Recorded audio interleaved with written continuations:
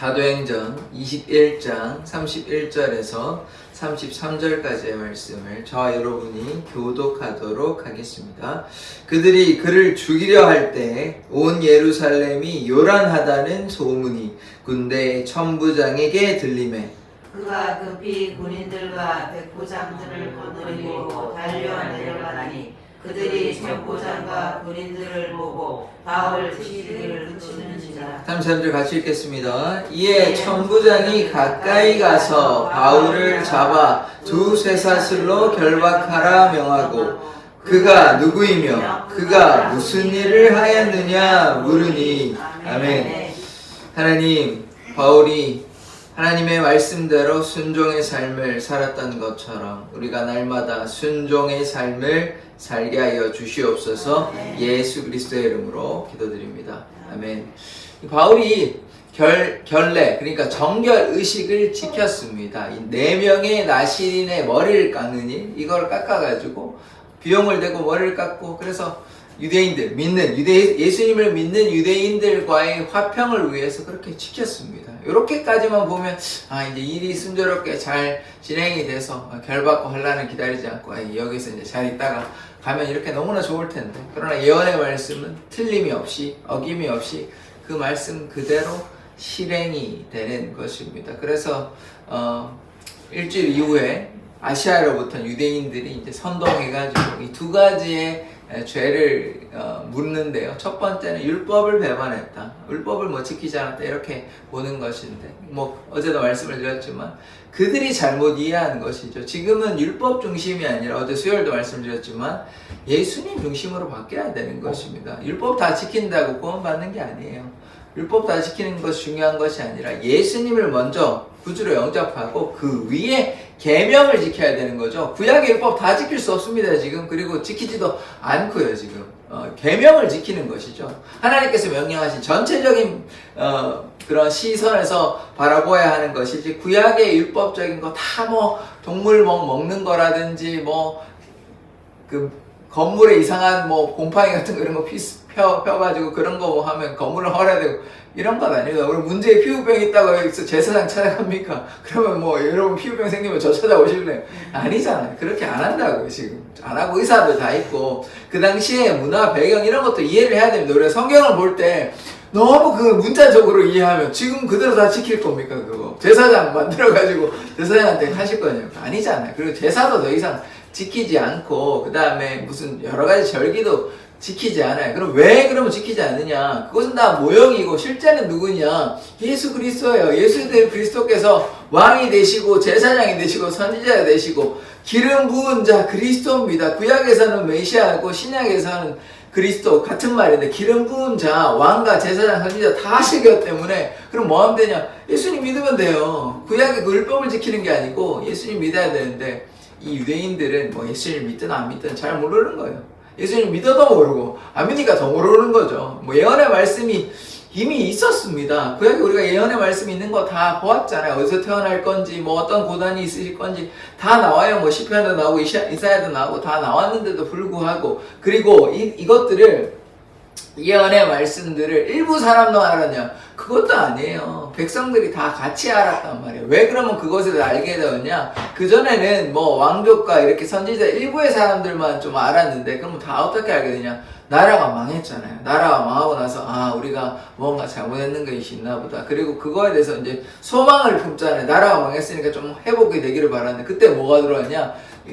백성들에게 이 메시아의 사상이 다 들어오게 된 것이에요. 그러니까 사람들이 다 알게 됩니다. 심지어 그래서 우리가 뭐 보았냐면, 그 사마리아인, 우물가의 옆에 있는 사마리아 여인이 있잖아요. 사마리아 여인도 당신이 그리스도냐 이렇게 묻거든요. 그래서 그걸 알고 있었기 때문에 그렇게 얘기한 것이에요. 그러니까 지금 예수 시대에, 지금 바울에 있는 이 예수 시대에 유대인들이 몰랐던 게 아니에요. 메시아의 사상이 있었다는 것입니다. 그리스도를 기대했고, 그래서 또 예수님께서 탄생하실 때 어떤 일이 있었냐면, 우리가 소위 말하는 동방박사라고 얘기하는데, 그것도 이제 지혜자는 거거든요. 별을 찾아 따라다니는 지혜자인데, 그 사람들이 물으니까 와가지고 어디 있냐 그렇게 얘기하고, 또 헤롯이, 그 당시에 헤롯이 그래서 뭘 얘기하냐면, 제사장들 불러가지고 어디에 태어나냐 그러니까 그 사람들이 뭐라고 얘기하냐, 베들레헴에서 태어날 거라고 예언됐다. 알고 있잖아요. 알고 있잖아요. 일반 백성도 알고 한도 알고. 근데 무엇이냐, 결국은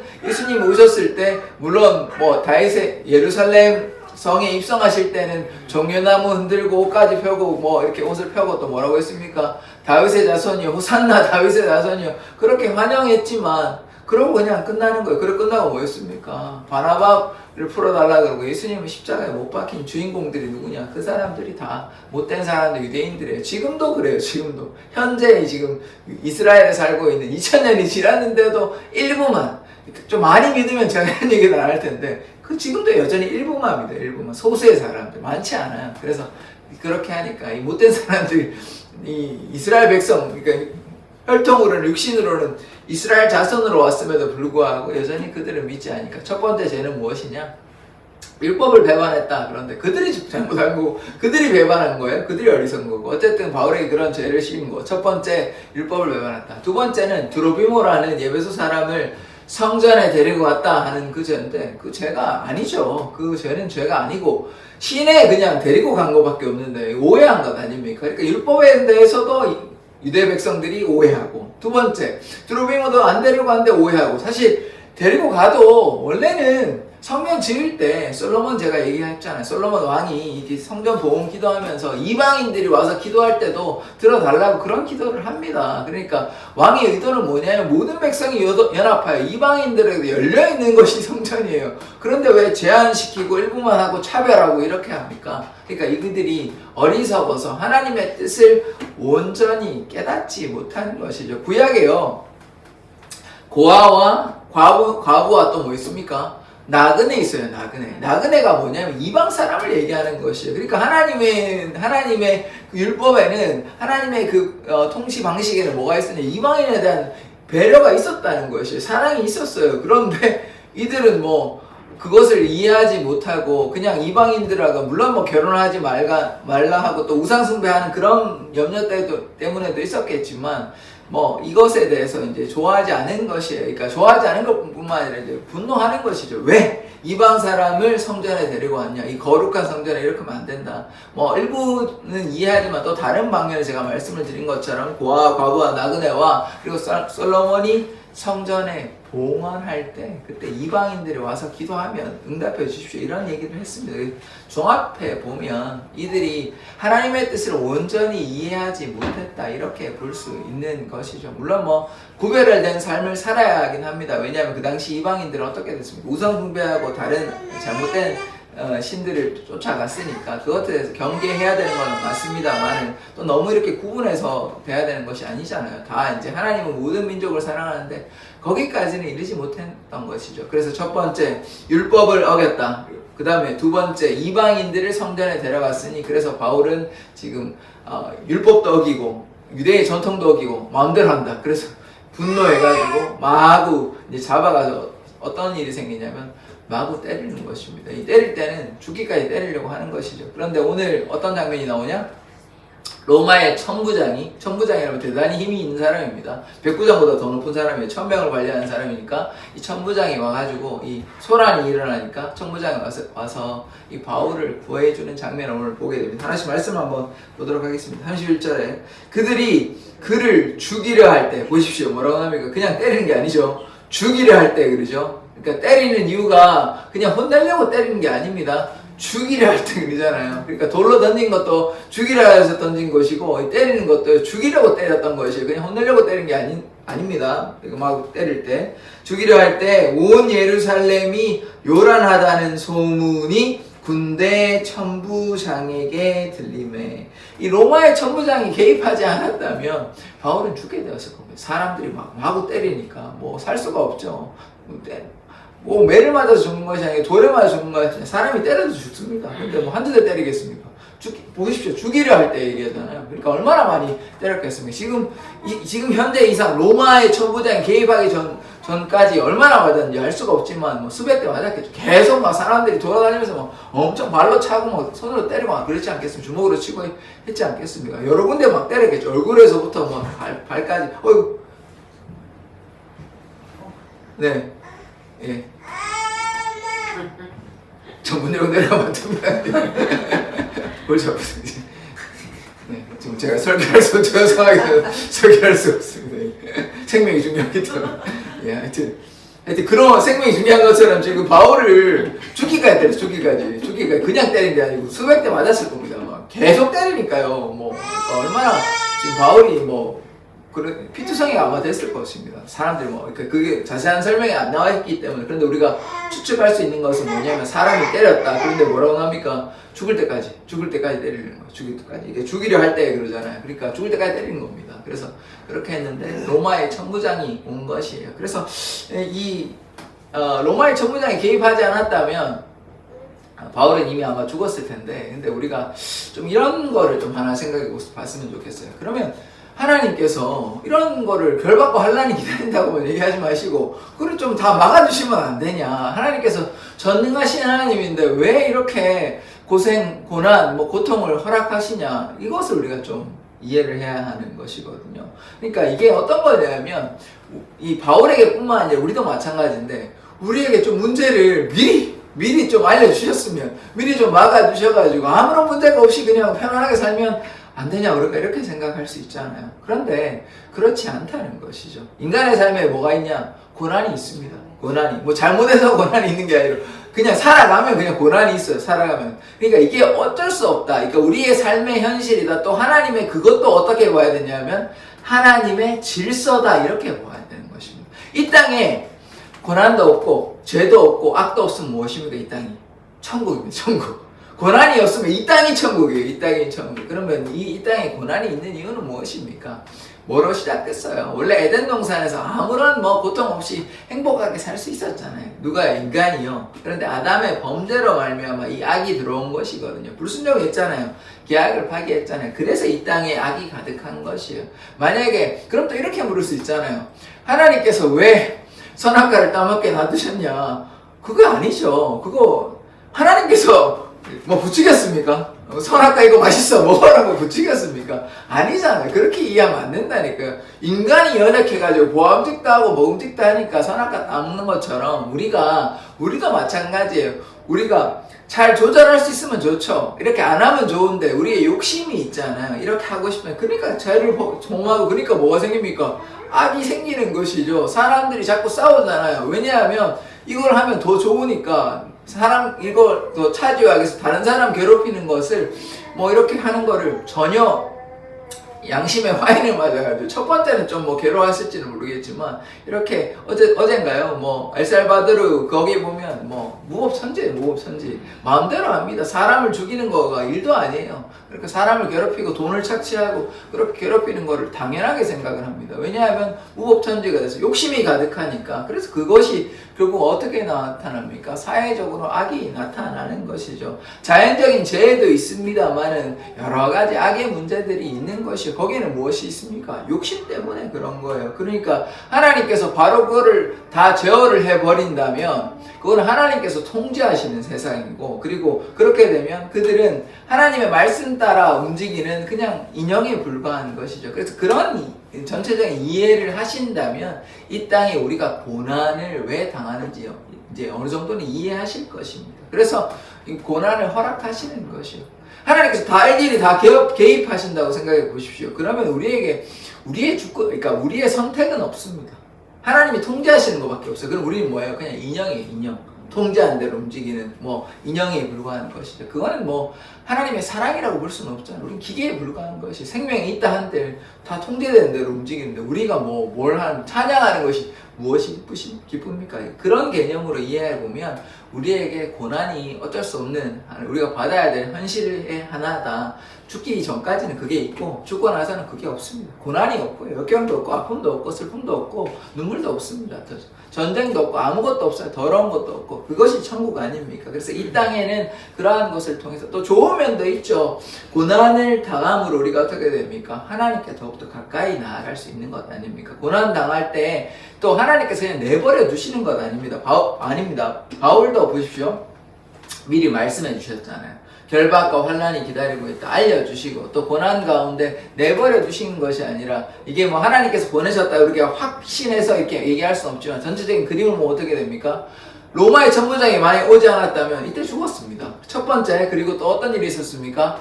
루스드라에서 1차 전도 여행 때 루스드라에 사람들이 돌을 던졌을 때 하나님이 지켜주시지 않았다면요, 그때 죽었습니다. 그때 죽었어요. 그러니까 하나님께서 보이지 않는 손으로 전체적으로 하나님께서 개입하고 있으신 것이에요. 그런데 그 직접적으로 개입하는 것이 아니라 하나님께서 돌보아 주시고 보호해 주시고 지켜 주시기 때문에 바울이 지금 3차 전도 여행 끝나고 예루살렘에 왔지, 1차 전도여행에서 이미 죽을 뻔했고요. 이때도 이미 죽을 뻔했습니다. 만약에 로마의 천부장이 안 왔다면 어떻게 됐겠습니까?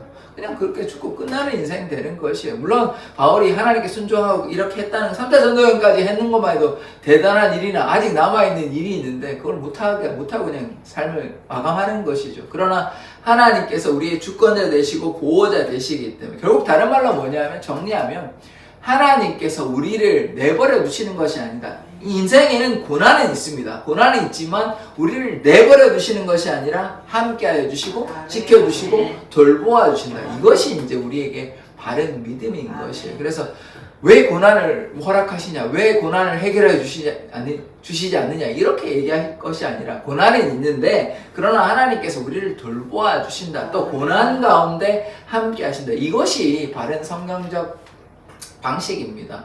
뭐 늘 보면 그런 성경의 인물들이 다 그렇거든요. 그래서 뭐 우리 다니엘도 얘기했지 않습니까? 다니엘에게 왜 그런 고난을 허락하셨냐? 그냥 이렇게 기도를 안 하게 좀 하나님 막아주시냐? 이렇게 그게 아니라 세상의 그것에 타협하지 않을 때 그 고난이 있지만 고난 가운데서 어떻게 됩니까? 하나님이 지켜주셨잖아요. 다니엘의 굴 들어가는 게 그게 고난인데 그 고난에서 지켜주셨잖아요. 누가? 하나님이 지켜주신 것 아닙니까? 그래서 다른 사람은 다 죽었어요. 그 뒤에 이제 비방했던 그 사람들, 고소했던 사람들은 다 죽었고 다니엘은 결국 하나님 지켜주시는 거 아닙니까? 그래서 우리의 인생 가운데 고난이 있을 수 있으나 하나님께서 지켜주신다. 이것이 큰 은혜인 것입니다. 자, 그래서 이 로마의 천부장이 개입을 하는데요. 32절의 말씀을 계속해서 보도록 하겠습니다.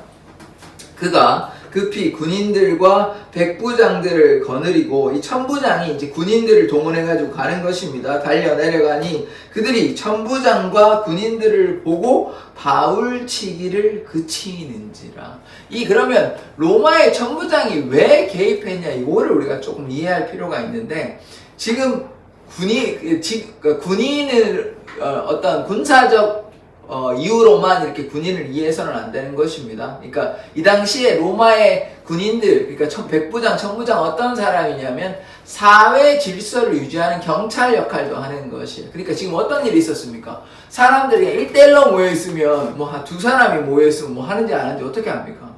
이게 뭐 난리가 되는지 아무런 일들이 나타나지 않죠. 개입하지 않겠죠. 그냥 뭐 둘이 그냥 이런 일이 있었나 보다 그냥 끝낼 텐데, 사람들이 여러 사람이 모여가지고 웅성웅성하고 또 막 때리고 이런 난리가 나니까 사람들이 누구 때린다 누구 죽겠다 이런 얘기를 막 할 거 아닙니까? 그러니까 이런 소문이 들어가니까 경찰이 개입하잖아요. 그런 것처럼 로마의 천부장이 지금 와서 개입을 한 것입니다. 이게 그냥 몰래 그냥 아무도 모르는 것을 이제 어둑한 이런 곳에서 일어난 일이라면 알 수가 없죠. 그런데 이제 대낮에 길거리에서 성문 밖에서 예루살렘 성전 주위에서 이런 일이 발생이 되니까, 그리고 한두 사람이 개입한 게 아니라 몇 사람인지는 알 수가 없으나 적어도 10사람, 20사람 아니면 뭐 수백의 사람이 모였을 수도 있죠. 그러다 보니까 이게 어떻게 됩니까? 이게 약간 난리가 나는 상황이잖아요. 그러니까 로마의 천부장이 이것을 보고 개입해서 이런 지금 로마의 질서를 유지해야 되는 어떤 의무가 있는 것이거든요. 로마의 천부장은. 그래서 이런 문제가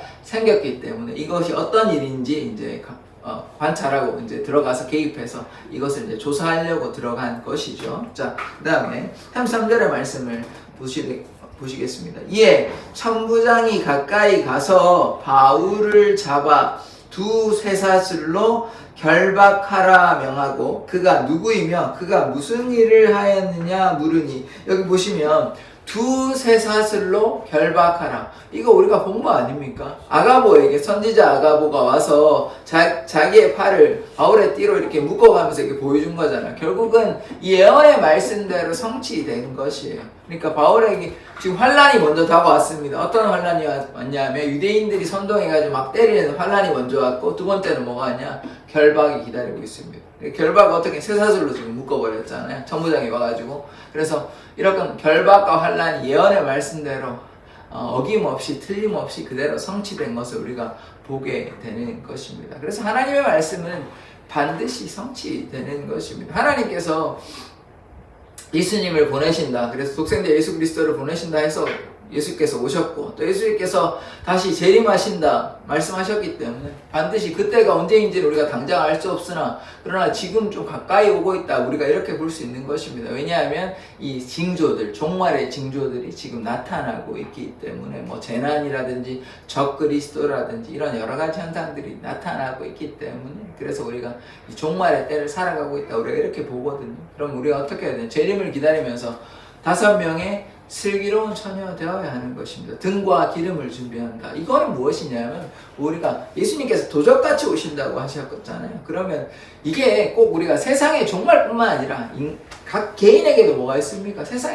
그 생명의 끝이 있잖아요. 우리가 다 죽잖아요. 세상이 종말이 오지 않더라도 우리에게 종말이 있잖아요. 그것을 종말을 준비하는 자가 되어야 하는 것입니다. 그러니까 하나님을 평소에 살아있을 때 주님과 동행하면서 주님과 함께 나가야 되는 그런 삶을 살아야 하는데 그렇지 아니하고 슬기로운 처녀가 아니라 어리석은 처녀 되어가지고 등불만 준비하고 기름 준비하지 않으면 안 되는 것이에요. 그래서 하나님의 오심을 우리가 기대하며 고대하는 자 되어야 하는 것입니다. 예수님께서 반드시 오신다고 말씀하셨기 때문에 그래서 우리가 이 종말 신앙을 가진다는 것이 어떤 뭐 이상한 삶이가 아니라 그것이 바람직한 것이고 그리고 특별히 이 2000년 전에 예수님께서 성천하시고 난 이후에는 이 로마의 박해라든지 여러 가지 있는 것들을 보았을 때 이들도 어떻게 했냐면 그 당시 지금 벌써 2000년이 지났지만 이 당시에 이들이 어떻게 생각했냐면 이 세상의 끝이 예수님께서 금방 오시나 보다 이렇게 믿었어요. 그런데 뭐 2000년이 지났긴 하지만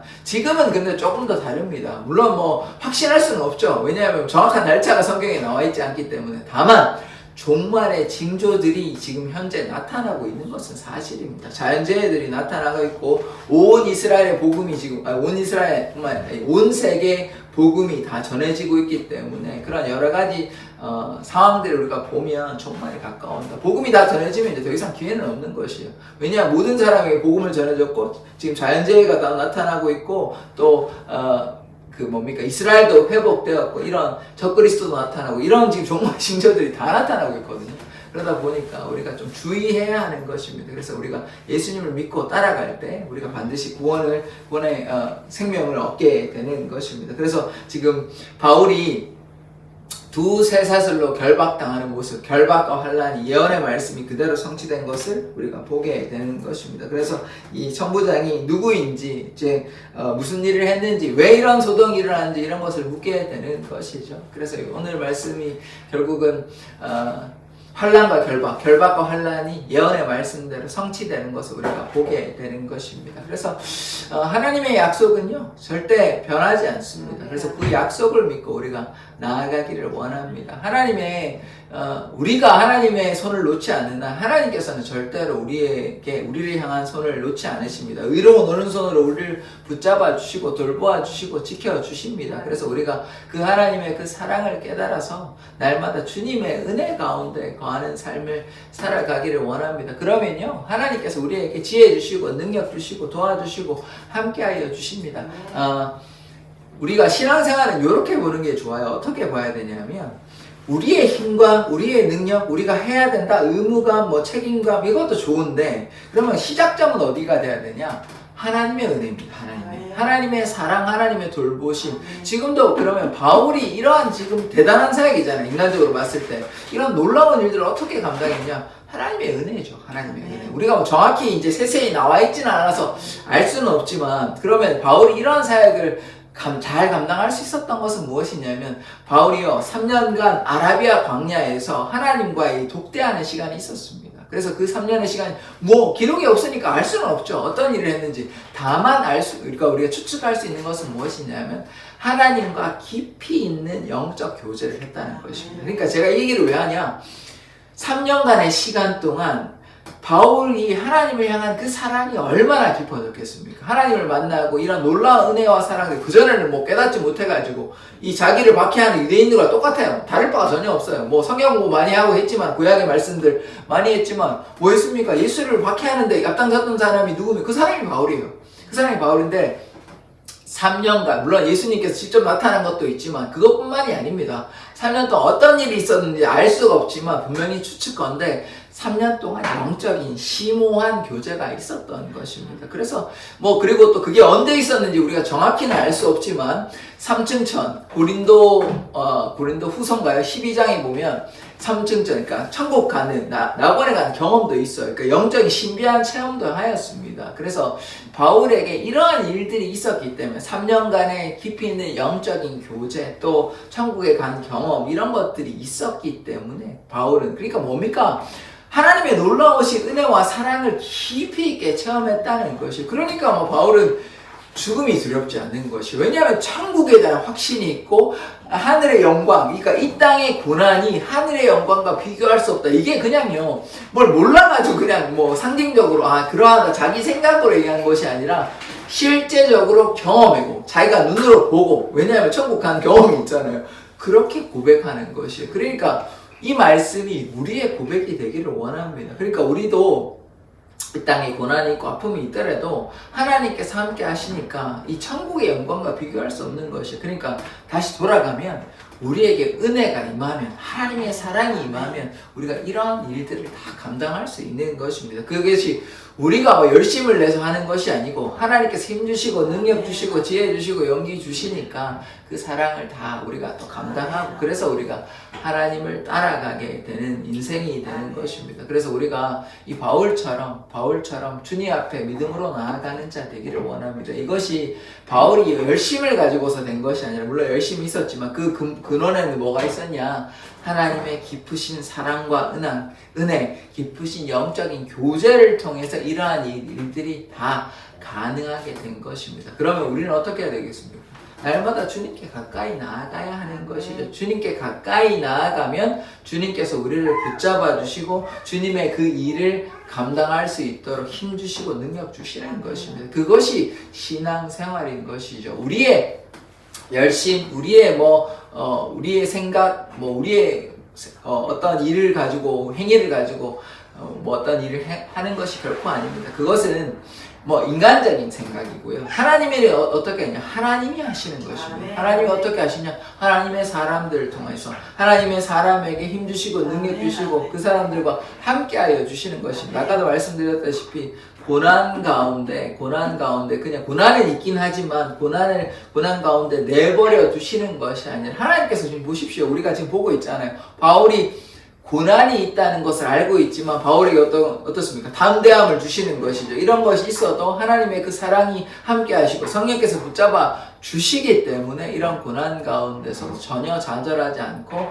그런 결박과 환난이 기다리고 있지만 하나님을 향해 믿음으로 나아가는 것입니다. 그러하면 우리도 마찬가지죠. 이 땅에 고난이 있고 또 바울과 다른 여러 종류의 고난이 있긴 하지만 그러나 그 가운데 하나님께서 함께하여 주시고 이끌어 주신다는 것을 우리가 믿음으로 나아가기를 원합니다. 그 하나님의 그 사랑과 은혜를 믿으십니까? 고난 가운데 함께하신 하나님을 믿으십니까? 그것이 우리에게 커다란 위로와 평안임을 고백합니다. 기도하겠습니다. 하나님, 바울에게 여러 가지 고난과 역경이 있었지만 그러나 하나님의 주신 무한하신 사랑과 은혜로 말미암아 그 고난에 좌절하지 않고 이 땅의 고난이 하늘의 그 영광과 비교할 수 없다라는 고백을 하였습니다. 그 고백이 우리의 고백이 되기를 원하고 때로 우리에게 삶에 여러 가지 고난과 역경이 있지만 그러나 좌절하지 않고 주님의 말씀에 순종하며 날마다 함께 하시는 주님께서 주시는 그 은혜 가운데 거하는 인생 되게 하여 주시옵소서. 예수 그리스도의 이름으로 기도드립니다. 아멘. 주기도문으로 예배를 마치도록 하겠습니다.